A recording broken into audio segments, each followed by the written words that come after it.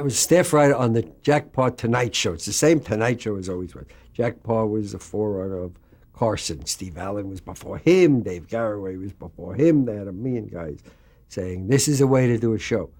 And Fred Freeman and I wrote. In those days, it was a little tougher because you had to write ad libs.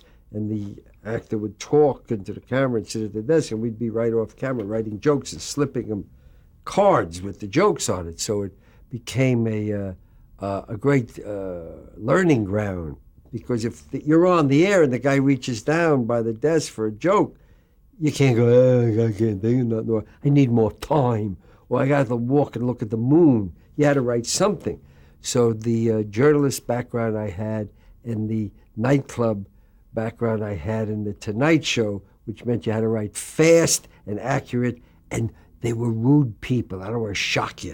A lot of the comedians were rude, and they screamed at you and yelled, but you learned to, while they were yelling at you, you learned to think of another joke, not to make them stop yelling because they were crazy altogether, but just you thought of another joke to give them.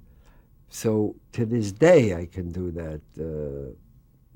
Network executives, while they're saying terrible things about you got to fix this, you got to fix that, I'm already fixing it, because we were, Fred Freeman and I were trained to do that.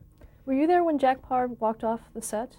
Yes, Jack Paar, we were there. He was said it was all about a water closet. The censorship was nonsense. He talked about a toilet, and so we tried to write jokes, but I think Paul Keyes wrote the joke when he came back, where he says, "As I was saying," was his opening line. But we were there just really around. We were alternate writers during that, and then we took full-time staff for 2 years. I guess it was 59, 60, 61. Those were my years on the show.